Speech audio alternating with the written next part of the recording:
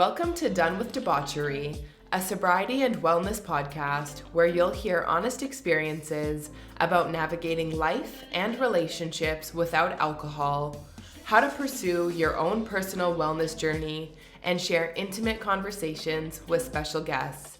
I'm your host, Keisha Scott.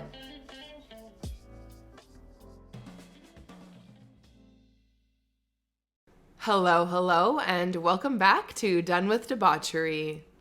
I hope your sober October is off to a strong start. I want to start by following up on last week's episode where I talked about the pumpkin beer I was going to try.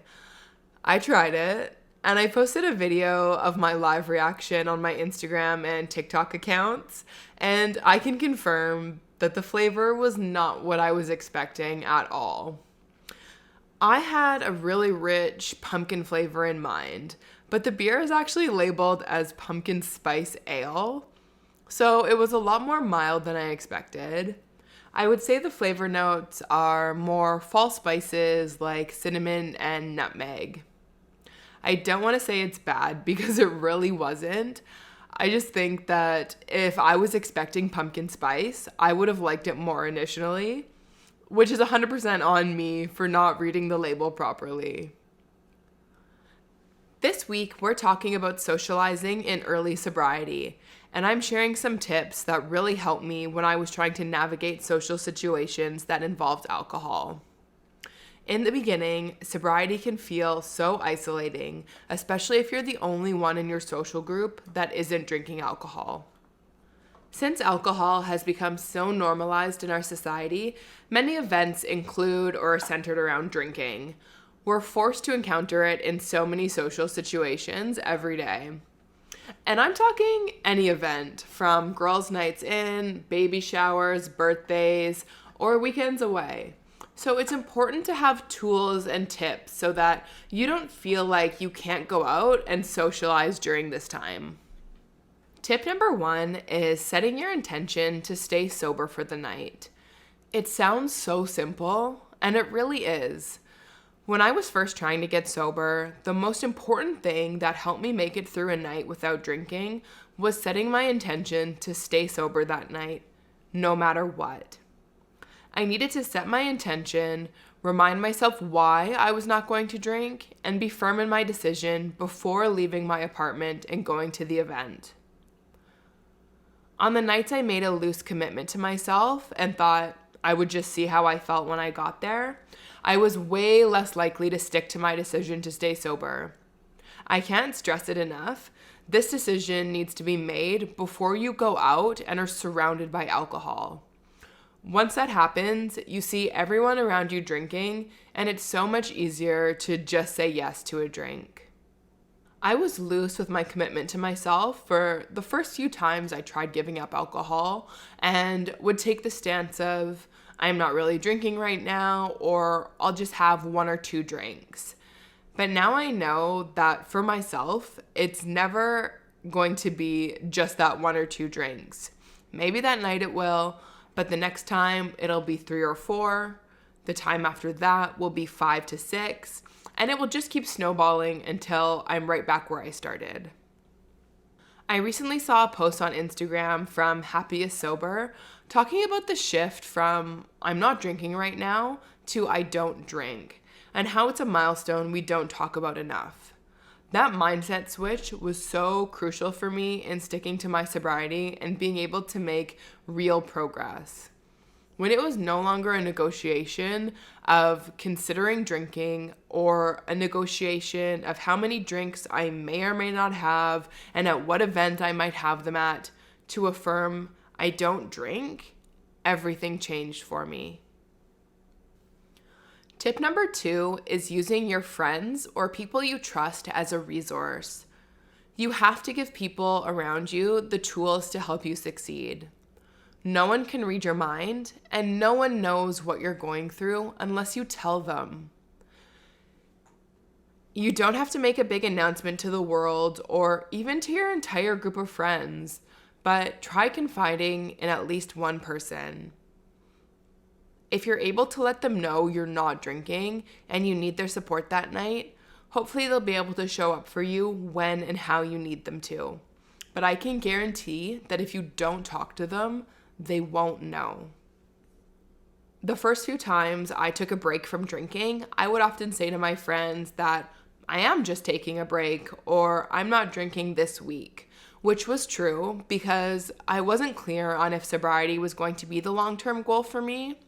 But as soon as I started communicating that they could expect me to come and have a good time, but I wouldn't be drinking alcohol, it took so much pressure off of me going into these social situations because I didn't have to explain myself every time.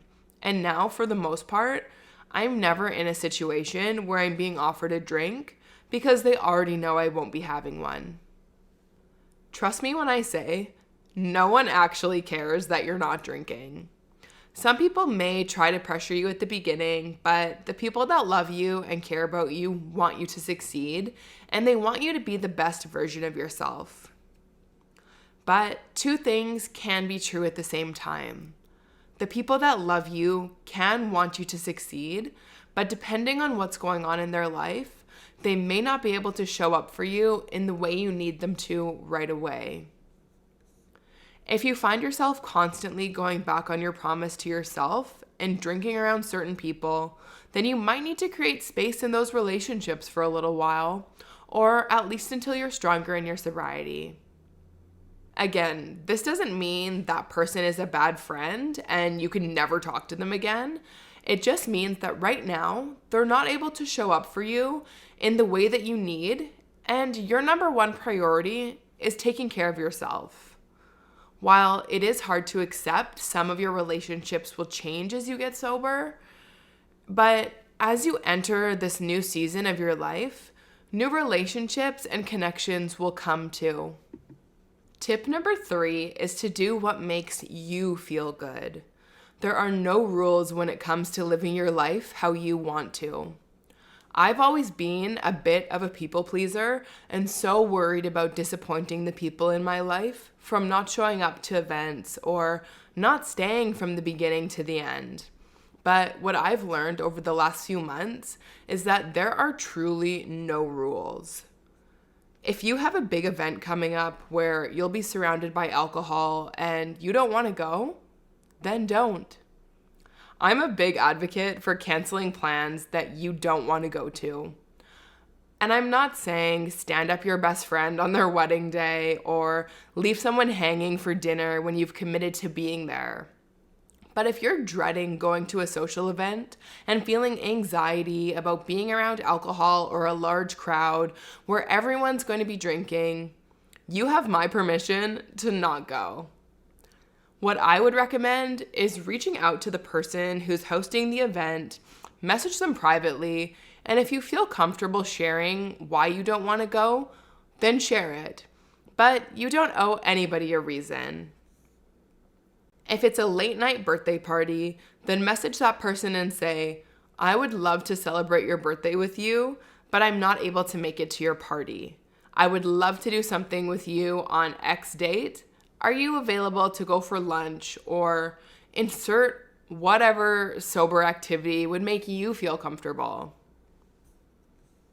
You're also free to arrive at whatever time you want and leave whenever you want. Just because the party starts at 8 doesn't mean you have to be there at 8.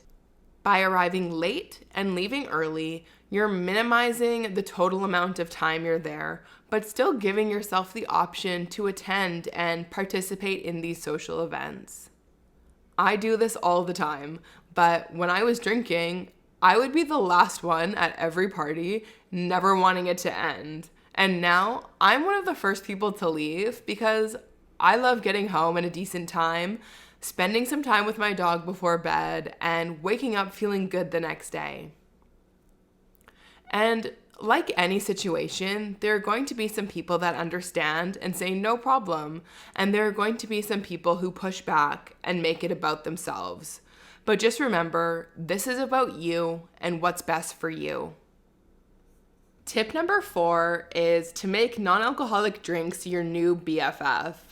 This has been a huge one for me and something that has helped me beyond measure in my sobriety. I think a big part of drinking in some social settings can be wanting to be included in what's going on. And by having a glass of something in your hand, you don't feel like you're missing out on what's happening around you. And if you're worried about people asking you why you're not drinking, then having a drink in your hand, in a fancy glass, or whatever, can create the illusion that you are drinking if that's something you feel will help you in your early days. Honestly, there is no shame in doing whatever you need to do to feel comfortable in these situations and make it through sober. When I'm going to a party or any kind of event where I know other people will be drinking, I'm bringing so many non-alcoholic drinks, like more drinks than I could possibly drink during the evening. But I want to make sure that I have options and they're things that I enjoy, so that if for some reason I am getting that urge to drink, I have something else I can drink instead.